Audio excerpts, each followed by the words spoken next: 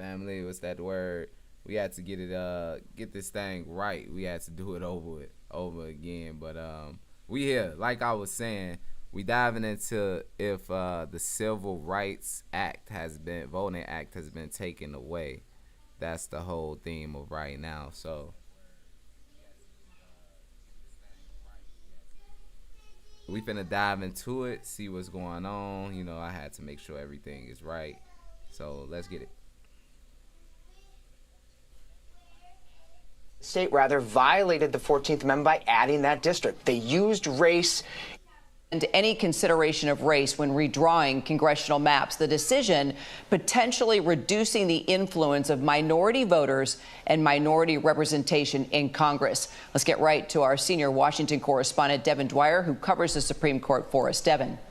Kira, this decision is 6-3, written by Justice Samuel Alito, and it's a significant decision and a setback for the landmark Voting Rights Act of 1965, which was passed to guarantee equality in how we vote, and of course addressing the systemic and historic racial discrimination, especially across the South.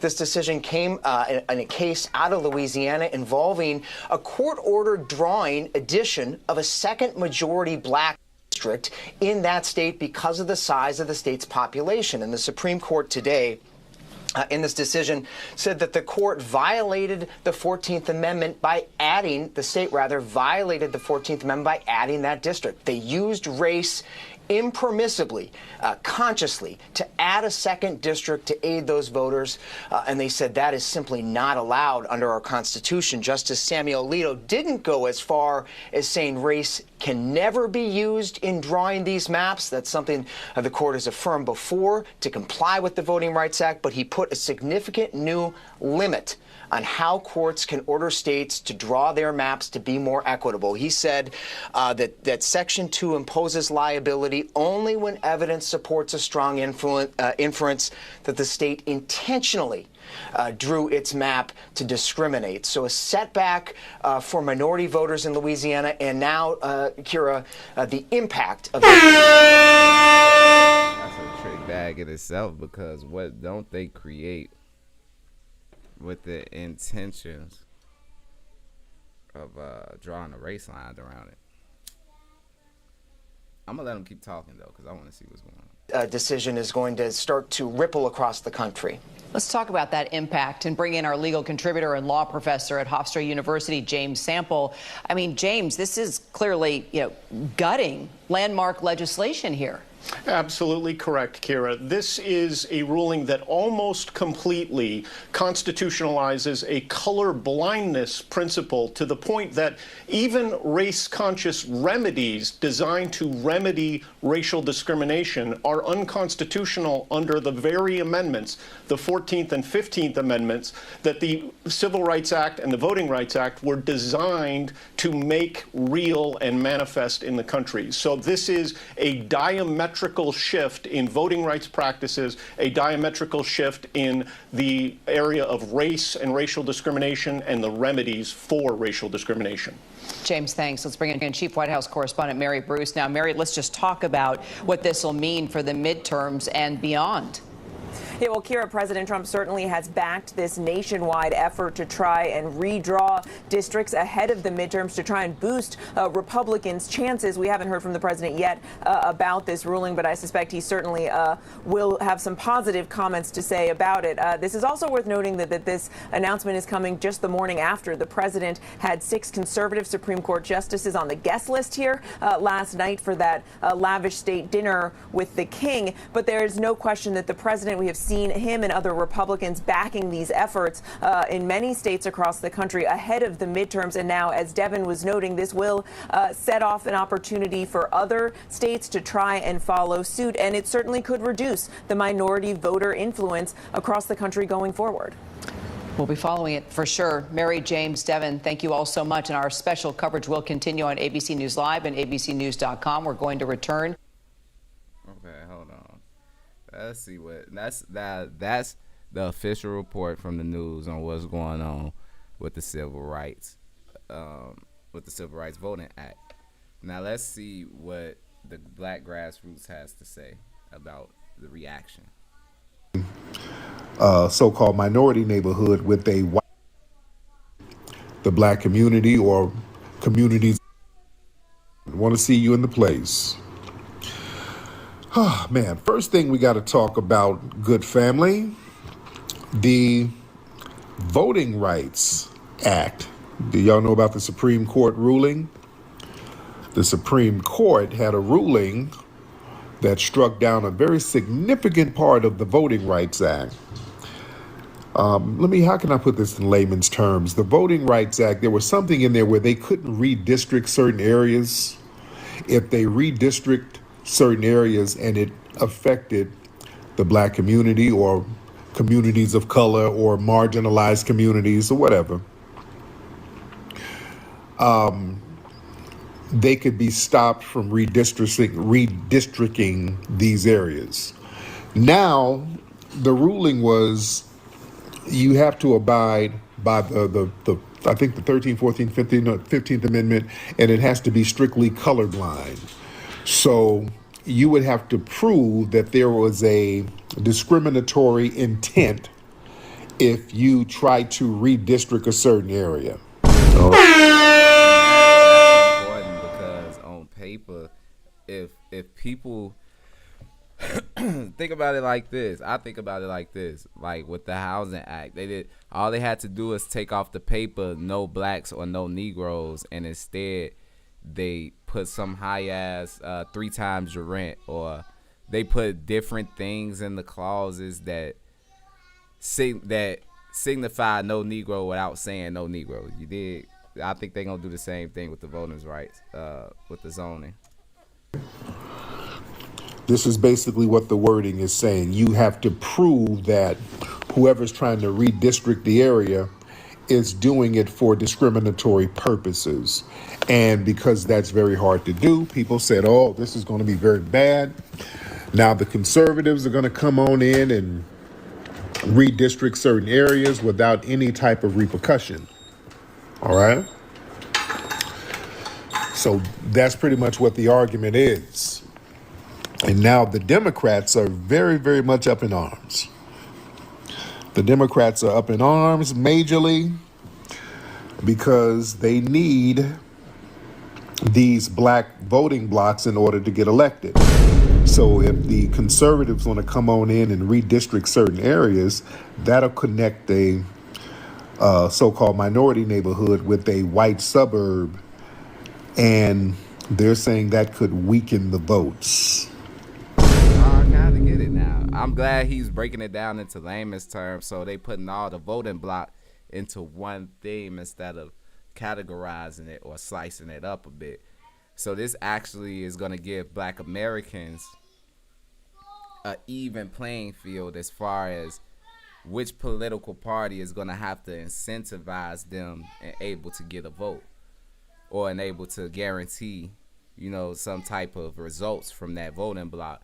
See, for too long, the Democrats have almost been promised the vote from the black community, especially after the Civil Rights Voting Act. We almost pledged blindly to being Democrats. I'm not one who votes at all because I kind of don't really see the benefits in it. See, back in that time when they were getting the voting rights, you see they got something tangible, the voting rights. You get what I'm saying? Nowadays, when black people vote, it's like we don't get any tangible things to uplift the community and push us forward in a progressive way. So I can't really rock with a lot of these people that be campaigning for our votes, or because it's very predatory too, right? With black people voting for the Democrats, it's almost as though they expect our vote so much, and it's so they're so entitled that they start treating us bad if we don't vote for them, right? So they say things like you're stupid or you're dumb or who are you gonna vote for? The Republicans is made into a pick the lesser of two evils type situation. So I dig what he's saying. And they're saying that could weaken the votes. All right? So you see a lot of Democrats now specifically blaming foundational Black Americans. You know, on Twitter right now, foundational Black Americans is trending Oh yeah. right now on Twitter. Shout out to the lineage. You say I keep saying could. Okay, FBA all hop day. on, ma'am. Hop on. Let's see what you got to say. Peace, peace and hair grease. Hop on in. All right. Peace and hair grease. Hop on in and chime in. All right. Hello, Miss Peace. Hi. No. What are you saying there, dear? You keep saying could. Did you know that Florida filed a bill to do just that right after this came down? What they do? They filed a bill to redistrict Florida to get rid of To get rid of what? the black districts. They're going to do exactly what they could do. So is Tennessee. So they're doing the gerrymandering, right? Yes. And is it just the black districts? Yes. Okay. And I'm assuming that you voted for Kamala, right? I did. Okay, right. Where's your family from, dear? Why are you worried about where my family's from? What does that have to do with what's happening to black people right now? Because Yeah, it has a lot to do with that. Why are you so defensive about where your family's from? Because where my family's from has nothing to do with what black people are going through right now. They're gonna have to. when people start talking around the conversation in this type of way, it shows that they getting ready to have some type of weird or bad faith argument. I'm telling you, bro, when especially because that's a very simple question. Where's your family from? It's nothing to really get offended about. What are we going through that we haven't been going through? And that's why I come in here. I try to understand FBA because You there's a lot of stuff You happening didn't answer though. You that didn't we're not answer. speaking. Yeah, Tyler, I'm trying to understand FBA. It's nothing to understand. It's already self-explanatory. It's already in the title, Foundational Black American. If you're a Black American, you're black. You're from America. You did. And if your family lineage is connected to this land when this country was first being built by melanated people, by black folks, then you're a foundational Black American. It's not that hard to understand. When people start doing all this weird talking around, you either a tether or op. What? And my family has been here since 1869. Because I did my genealogy. I actually have a family who kept up with where we come from. But again, what does that have to do with what black people are going through right now? 1869. Where were they before 1869? I don't know. Probably in Africa somewhere.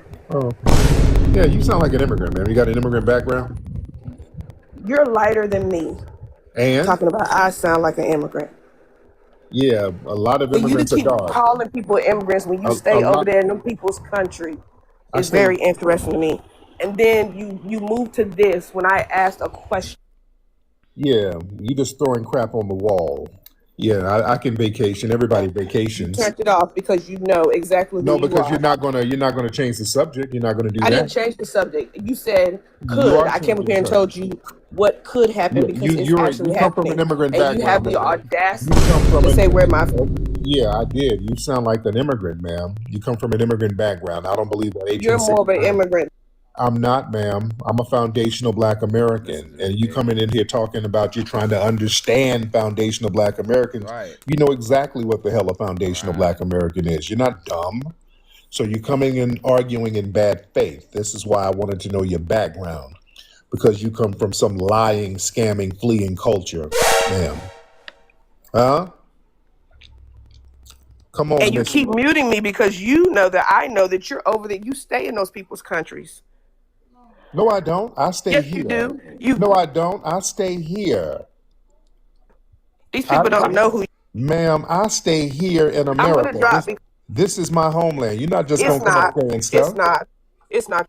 Ma'am, this is my It's homeland, not. not You never yours. call Type of other shit. people to tell. Man, I like to let these ride because I like that Tariq uses these people as a case study to show how people think about foundational Black Americans. That's important to me. You dig? Like, because these people think a certain type of way, and then we be around them thinking that it's all good. Even people that are melanated that look like us, some from here and some from abroad that are foreign, they have all these weird ideologies about the lineage, and it's like we need to filter that out so that we can stay on code and get things done like the Civil Rights Voting Act.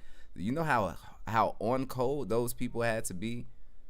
First of all, they had to respect and recognize their lineage in order to understand the playing field that they were on. I believe segregation didn't give them a choice. It let them know you Black in America, and this is why, because you're being subjugated to a maximum degree. So it wasn't a thing where we could even think that somebody else was on our side. We had to be all we had. So nowadays, modern day, we have what you would call I like to call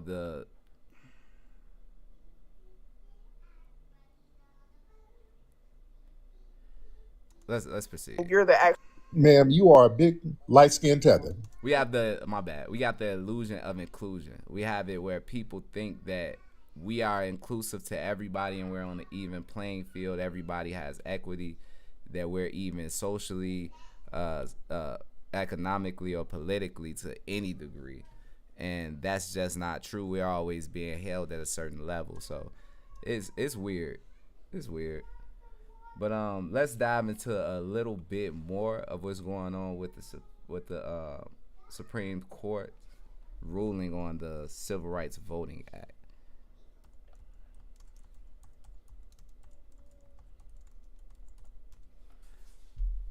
Cause I got this other guy that I really like his content. He be spot on. He's a foundational Black American. Trying to find the brother page because his name kind of skipped me for the moment. It may be in my watch later playlist. I'll be looking at my playlist, y'all. I'll be having all types of shit on playlist. Watch for later. God is entrusted to oversee. Watch for later.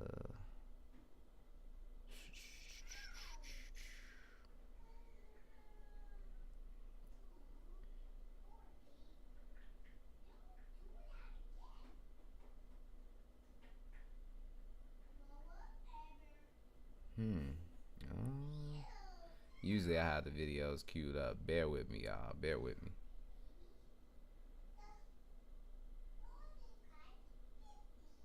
Bear with your boy.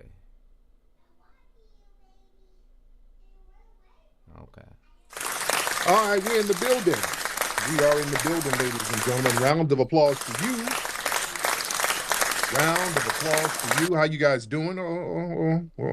Can y'all hear me good? Let me know if y'all can hear me good. Can y'all hear me? If you can hear me, everybody give me a thumbs up, please. If you can hear me good, loud and clear, let me get that thumbs up. And I'm going to need you, everybody, to retweet the live. Let everybody know. Gentlemen, let me see who we got in here. I see a lot of familiar faces. I haven't seen Powell. My brother Ra in the building. Respect. Don't forget, if you look at my profile, we got a flyer for the memorial tickets at hiddenhistorymuseum.com, ladies and gentlemen.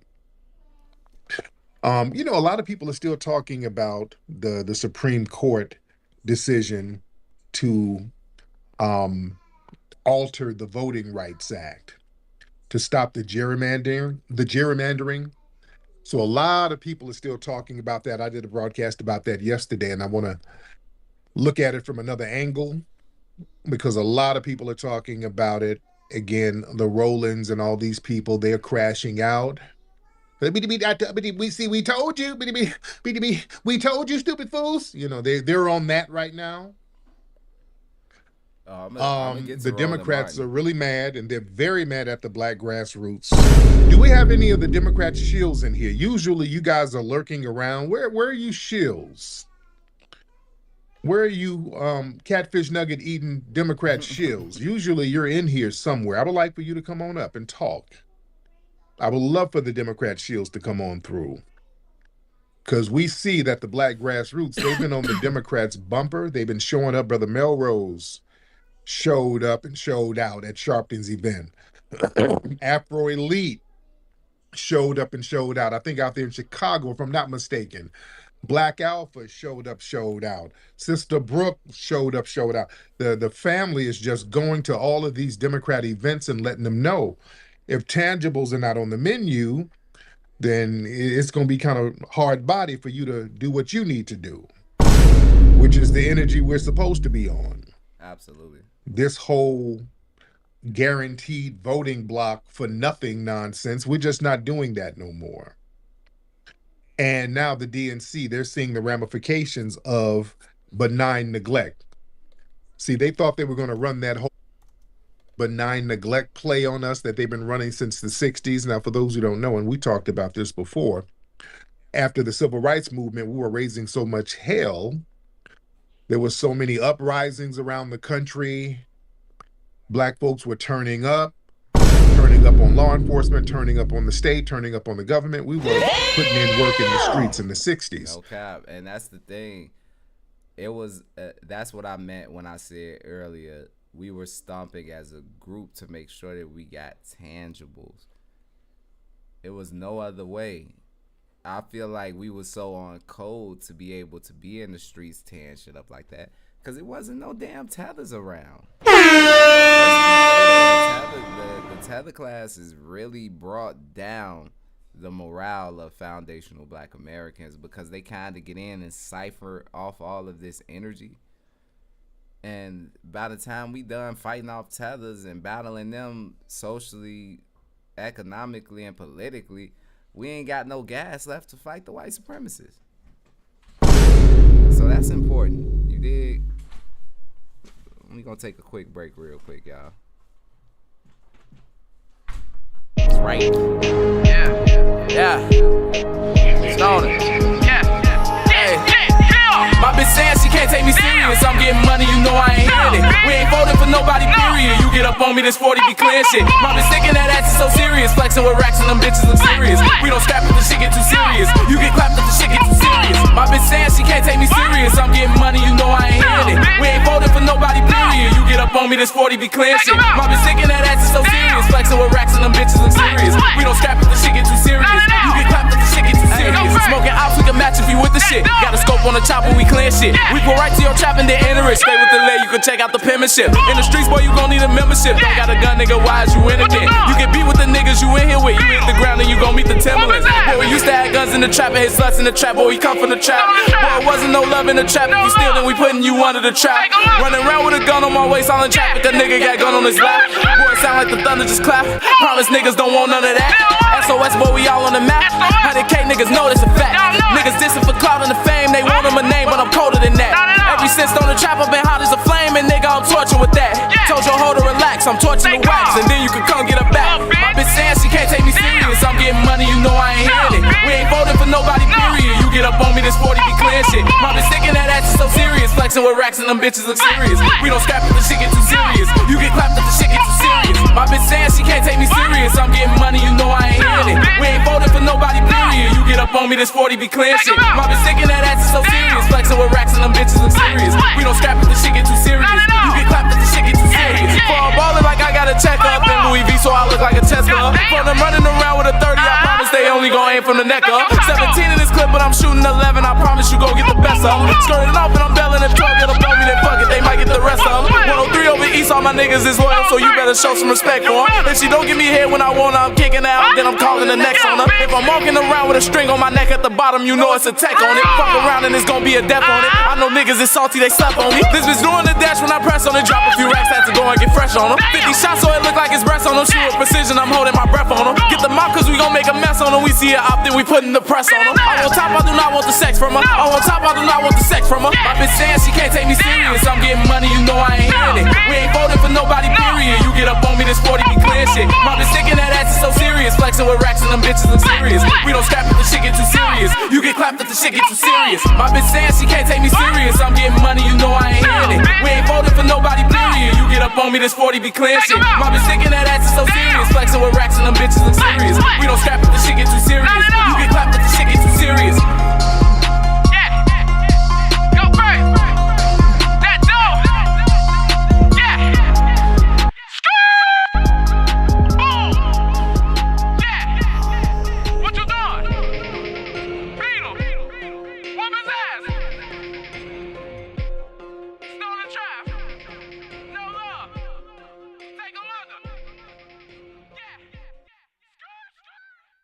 right. Yeah. Stoner. My bitch saying she can't take me serious. I'm getting money, you know I ain't hearing it. We ain't voting for nobody, period. You get up on me, this 40 be clear shit. My bitch thinking that ass is so serious. Flexing with racks and them bitches look serious. We don't scrap if the shit get too serious. You get clapped if the shit get too serious. My bitch saying she can't take me serious. I'm getting money, you know I ain't hearing it. We ain't voting for nobody, period. You get up on me, this 40 be clear shit. My bitch thinking that ass is so serious. Flexing with racks and them bitches look serious. We don't scrap if the shit get too serious. You get clapped if the shit get too serious. Smoking ops, we can match if you with the shit. Got a scope on the chopper, we clear shit. We pull right to your trap and then enter it. Stay with the lay, you can check out the penmanship. In the streets, boy, you gon' need a membership. Don't got a gun, nigga, why is you in it then? You get beat with the niggas you in here with. You hit the ground and you gon' meet the Timberlands. Boy, we used to have guns in the trap and hit sluts in the trap. Boy, we come from the trap. Boy, it wasn't no love in the trap. If you steal, then we putting you under the trap. Running around with a gun on my waist, all in traffic. A nigga got gun on his lap. Boy, it sound like the thunder just clap.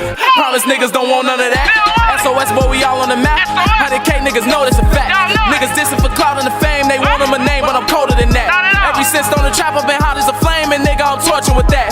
Told your hoe to relax, I'm torching the wax, and then you can come get her back. My bitch saying she can't take me serious. I'm getting money, you know I ain't hearing it. We ain't voting for nobody, period. You get up on me, this 40 be clear shit. My bitch thinking that ass is so serious, flexing.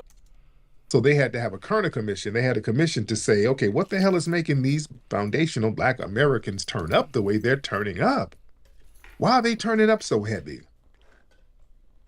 And they came to the conclusion, and they wrote about this in the Kerner Commission in the document, well, in the book. It came out in a book form in late 60s. They said, well, people are upset about racial discrimination. They're like, yeah. We've been doing racial discrimination. Why are they turning up now? Because we've been doing racial discrimination from the very beginning. So why are they turning up? And they came to the conclusion, they said, well, they're turning up because we, after the civil rights laws were passed, we started making promises to the Black community and didn't keep up those promises. That's what's making them turn up. They're making us accountable for lying. We sat up here and said we're going to do all this stuff and didn't do it. So now they're turning up on us. So they had to come up with a new policy, which was benign neglect. They had to get to their think tanks and say, okay, what we're going to have to do is not directly promise them anything so they can't get mad. So when we don't deliver, they can't start setting fires and sniping us. They can't do all that because we never really promised anything. So that was the benign neglect program, to pretend that you are going to make a commitment, but you don't quite make it. You use real tricky words. You start using words like minority. You use words like people of color. We use terms like economic advancement for marginalized communities. You gotta use vague terms, but don't ever say what you're gonna do directly for the Black community. So that was a policy that they implemented so that we didn't think about that modern day. They don't say that because I'm from Chicago, so they can't, when I think about this modern day, I think about all the promises that was made to the Black community 2020, 2021, 2022 with Lori Lightfoot in office. Then she left. Then Brandon Johnson came in with all these false promises. But then billions of dollars fell out of the sky for all these Venezuelans that mysteriously popped up in Chicago. And y'all can thank Greg Abbott from Texas for that. We was looking like, what the hell is going on? We don't even have resources for the Black Americans that have been living in Chicago for decades. Families been here since the city started. At least since the Great Migration. You dig? When the families was coming from Mississippi, Louisiana, Kentucky, Alabama, coming to the north to evade Jim Crow laws and get a better life. These was things that was really going on. So it's sad to see, but it's real. We understand benign neglect is a real policy. Wouldn't turn up, you see. So this is why they do all of this tricky language and make implications as if they're going to do something for us. Like, hey, yeah, we're out here, man. We're gonna do a lot for the community. Black people have suffered so much, and what we're going to do. See, this is how they do. They'll talk Black for a minute. They'll talk about the Black suffering and what we've endured. Hold on, and then when it comes to right, yeah. Yeah. Stoner. Hey. My bitch saying she can't take me serious. I'm getting money, you know I ain't hearing it. We ain't voting for nobody, period. You get up on me, this 40 be clear shit. My bitch thinking that ass is so serious. Flexing with racks and them bitches look serious. We don't scrap if the shit get too serious. You get clapped if the shit get too serious. My bitch saying she can't take me serious. I'm getting money, you know I ain't hearing it. We ain't voting for nobody, period. You get up on me, this 40 be clear shit. My bitch thinking that ass is so serious. Flexing with racks and them bitches look serious. We don't scrap if the shit get too serious. You get clapped if the shit get too serious. Smoking ops, we can match if you with the shit. Got a scope on the chopper, we clear shit. We pull right to your trap and then enter it. Stay with the lay, you can check out the penmanship. In the streets, boy, you gon' need a membership. Don't got a gun, nigga, why is you in again? You get beat with the niggas you in here with. You hit the ground and you gon' meet the Timberlands. Boy, we used to have guns in the trap and hit sluts in the trap. Boy, we come from the trap. Boy, it wasn't no love in the trap. If you steal, then we putting you under the trap. Running around with a gun on my waist, all in traffic. A nigga got gun on his lap. Boy, it sound like the thunder just clap. Promise niggas don't want none of that. SOS, boy, we all on the map. 100K niggas know that's a fact. Oh yes, black people have suffered. Black people have went through slavery. Black people have went through Jim Crow. Black people have went through lynchings. Black people have went through so much. So what we're going to do is put this minority program together for marginalized groups and people of color and black and brown. It gets real vague when it comes to the doing part. You understand? So this is why whenever the checks are brought out, we don't get nothing. We sit up here and do all the suffering. And then all of the resources go to Asians, Latinos, LGBT, goes to all these other groups. So we're supposed to live proxy through these other groups as our minority brethren. But we're seeing how hostile they are towards us. And this is why we had to delineate.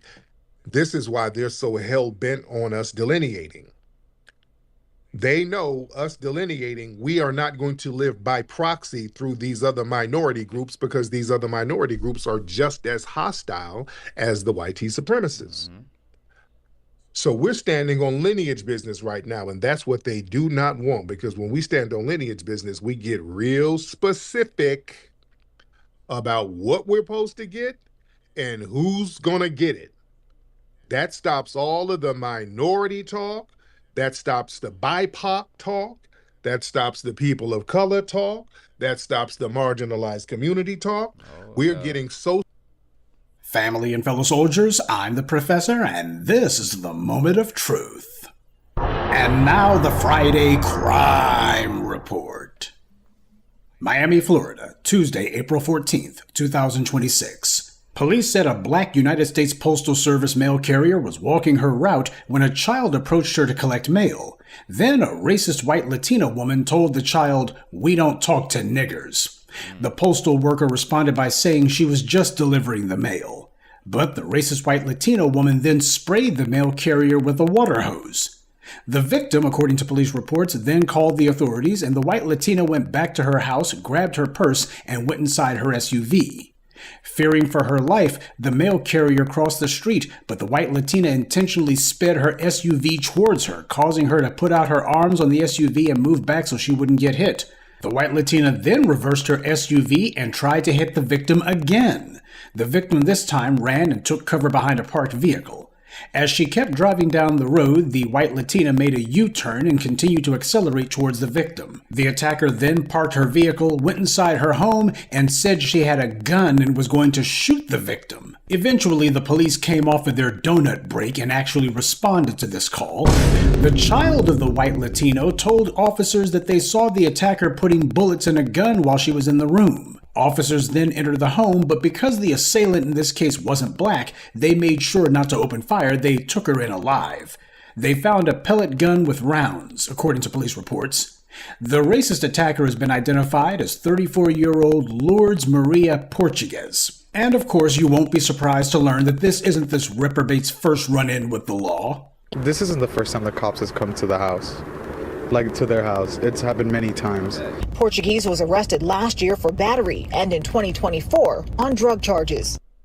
Records show that Portuguez had been arrested at least twice, once in 2024 for battery, and one time before that for a drug-related charge. Now, this attempted murder has only been charged with aggravated assault with a deadly weapon. Keep in mind, moron DeSantis has used his office to arbitrarily remove prosecutors for being, as he puts it, soft on crime. Well, why the hell is this reprobate not being charged with attempted murder? Because that's what this is. This is a prime example of a prosecutor refusing to apply the law, and yet the mouth of the South is silent now. He's not saying anything about this case, but then again, he hasn't said anything about tons of others just like it. But then again, as we all know, this is precisely the reason that Ron DeSantis and Chris Rufo were doing all of their stochastic terrorism against black Floridians. It was meant to encourage precisely this kind of anti-black violence. But it doesn't stop with those two degenerates, because the judge in this case is attempting to give a wink and a nod to this incident. If the victim is still delivering mail at your home, you better avoid her and stay in your house or go the other way. Now she sits in jail on a $15,000. Wait a minute. She said what? What? Attempting to give a wink and a nod to this incident. If the victim is still delivering mail at your home, you better avoid her and stay in your house or go the other way. Now she sits in jail on a $15,000 bond, but she has since posted that bond, and the judge did order her house arrest. So if we see her, we'll be sure to let you know what she says. But for now, I'm reporting from TGK Correctional Facility, Jolena Esperto, Local 10 News. You got this woman named Mindy Glazer, who, because of her background, you would think, given the past remarks of Juliana Margulies and Michael Rappaport, that Judge Mindy Glazer. Can't make this shit up. That she's glazing all the white folks that come through there with white privilege. Wow. Glazer would understand that this was a clear criminal act and that she would deny any sort of bail, especially in the allegedly tough-on-crime state of Florida.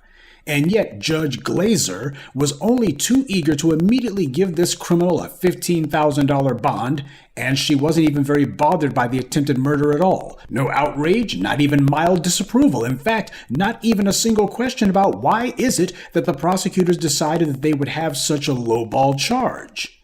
Keep in mind, this is the same Judge Mindy Glazer who went viral for a video in which she made a huge deal out of recognizing a defendant as having been a classmate from way back when.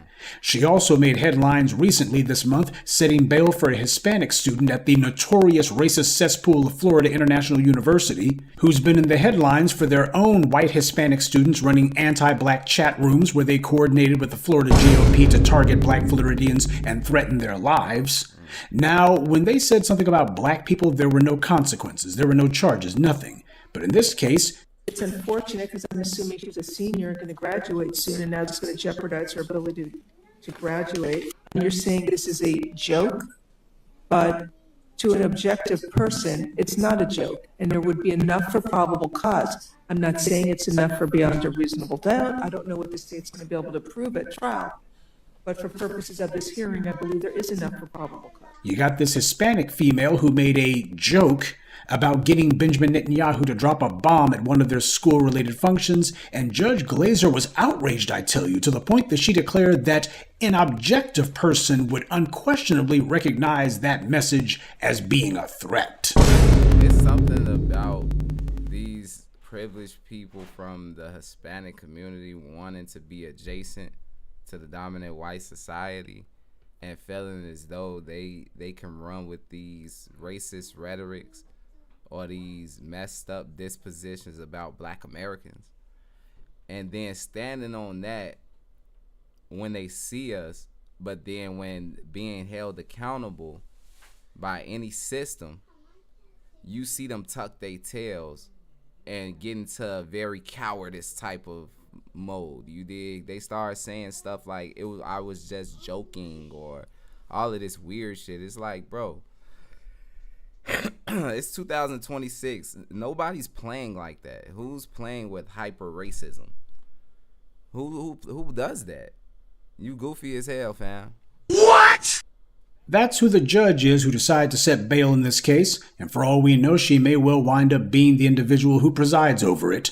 But that just lets you know there is an open anti-black policy that permeates not just the thugs in blue or the judiciary, but also a lot of these anti-black racists on the street.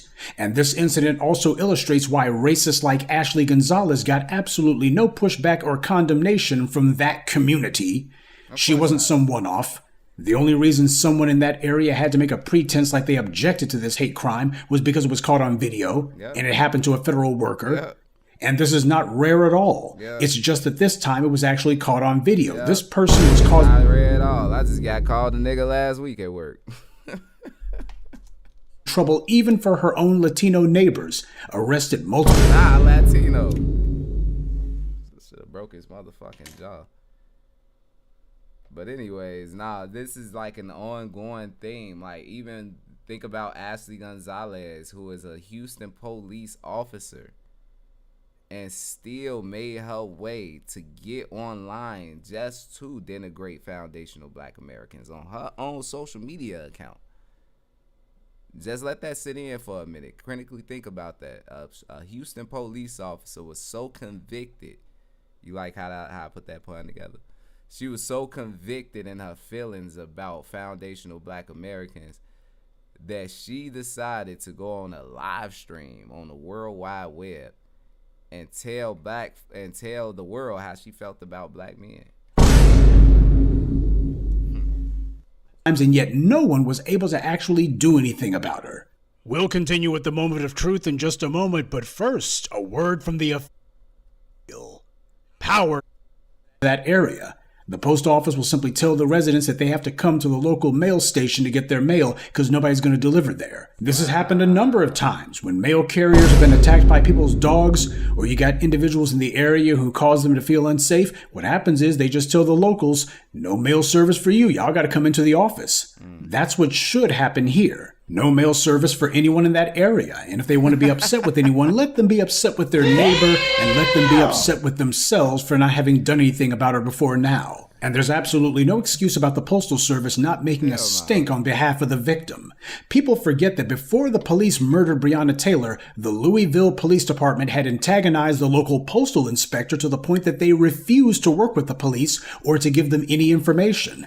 That actually happened, and that's the reason why the Louisville police had to lie in order to get that fraudulent no-knock warrant. They lied and said that the same post office that refused to even talk to them were now telling them that suspicious packages were being sent to Breonna Taylor's apartment. Never mind the fact that the postal inspector for that area gave a number of interviews where he pointed out that he never said any such thing. Wow. So now... hold on, I need to do a whole deep dive on Breonna Taylor's case for a podcast because I did not know that. I did not know that's how they obtain the legal warrant. I mean, well, if I do a podcast, there's going to be a bunch of people up under there like, man, you late as hell, bro. You should have been knew that. Well, fuck y'all. I didn't know. So, wow, they obtained that bogus warrant that ultimately got Breonna Taylor killed. Well, unalive. I'm sorry. I got to say that for this. Ooh. By, putting the press on the mail carrier that they didn't even rock with from the beginning. That's crazy.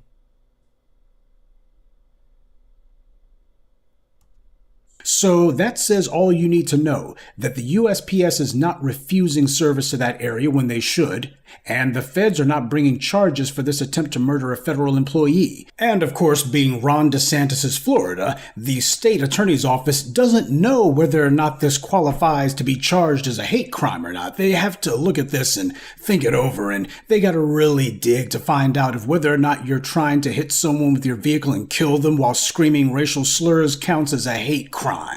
Gee, aren't the Republicans the ones who want laws to quote-unquote protect cops and civil servants from people with cell phone cameras? After the murder of George Floyd, we saw a glut of GOP con men pushing all kinds of message legislation in various red states meant to make it a crime to video the police. Or in Louisiana, one redneck wanted to make it a crime to quote-unquote disrespect the police, though that illiterate inbred predictably couldn't define what that even meant. There's laws specifically to protect people based entirely on what their line of work is, ridiculous as that concept is. Police and firefighters are covered by various laws. So why are they quiet about mail carriers being violently attacked? Right. Because this isn't the only time something like this has happened. Last year, a white transgender Latino going by the name of Jaya Cruz went to a New York deli and without provocation stabbed a black mailman, Ray Hodges, to death. The family of the victim in that case had been assured by the Manhattan DA's office that there wouldn't be a plea deal for this criminal, but you can guess how that one turned out. The DA's office confirms it was aware the family was opposed to any... They beef with the fucking postal workers. Fuck, they ain't bring y'all green cards on time? What the fuck is going on, man? of offer. Rice says she wanted the case to go to trial to get justice for her son, a father of two. She got off too easy. With Cruz's sentencing now set for May 28th, Rice and her family are left with no choice but to move forward. Just like we saw with the murder of Ahmaud Arbery, these prosecutors will lie to black families' faces, but turn right around and offer a plea deal to the killers of their loved ones. Now, this Cruz creep is not some rich or connected person. This is just some violent weirdo off the streets. These intentional, deliberate refusals to apply the law when black people are harmed, that's not the result of money, it's not the result of influence, but rather a clearly understood practice among these prosecutors and judges that how a defendant is to be handled is based entirely on the color of their skin or the color of their victim. And it's not just mail carriers who we see this with either. We also see on a near monthly basis where some racist attacks a black delivery driver for FedEx, UPS, or DHL. Just 2 weeks ago, in the same Florida, a white man pursued, attacked, and murdered a black FedEx driver simply because.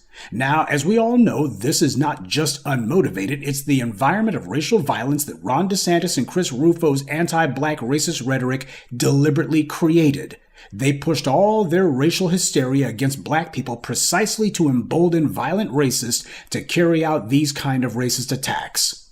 But of course, it's not just limited to the open-air sewer of Florida. There's been countless other incidents in other states across the country. Like, this is just mind-blowing. It's so much information. I want to say this, though, real quick. This is why we be needing to know ourselves, and I'm a big believer that we do know ourselves, but for the youngins, the youth that's coming up, know yourself, man. Know your lineage, respect your lineage, recognize it, because we've been through a lot, and it's concentrated efforts, especially if you live in one of these urban cities like I do, that's been, suppressed with all of these drugs, all of this violence, all that shit is a smokescreen. All that shit is a setup for us to be beefing with each other just to get tricked off the streets. Because you see, when a brother harm another brother, they give you 100-some years, man. They give you life in jail, man. No cap. Like, they don't play with you. And then when they see one of these weirdo white supremacists or a foreign tether come harm you, they basically slapping them on the wrist and getting them out of there and giving them a wink as though, the system is working just how it's been designed. So it's one of them things where I urge brothers to just have knowledge of self, man, so you can see the plays that's going on out here. Because once you identify it, you got a better chance at fighting it. You dig? That goes back to what we were saying about staying on code earlier. 2 racist inbreds in Mississippi who chased after a black FedEx driver and were shooting at him. The judge in that case wanted to show his solidarity with those scum, so he just completely dismissed the charges on totally made-up grounds. The companies these black hate crime victims work for are multi-billion-dollar corporations, and yet these huge corporations don't do or even say anything to protect these employees because these employees are black. The mail carriers in the U.S. are disproportionately black. So the silence on the behalf of these private corporations is no different than the silence from the state and federal governments, and it's for the same reason. They want to make it de facto legal to assault or even kill black people by selectively refusing to enforce the laws whenever black people are attacked. And that's sad, because when you think about this, that's a federal job. Anybody else doing that job, if you was to harm that person, that's a federal crime. You get double the time. You see how that works? So it's like, this is a blatant disrespect for the lineage. That's all that is. They just disrespecting black folks as per usual.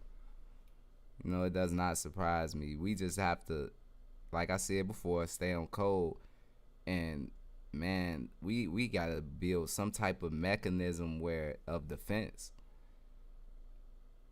where these essential workers can work safely. Like, don't nobody want to be looking over their shoulder for no white supremacists trying to deliver your message.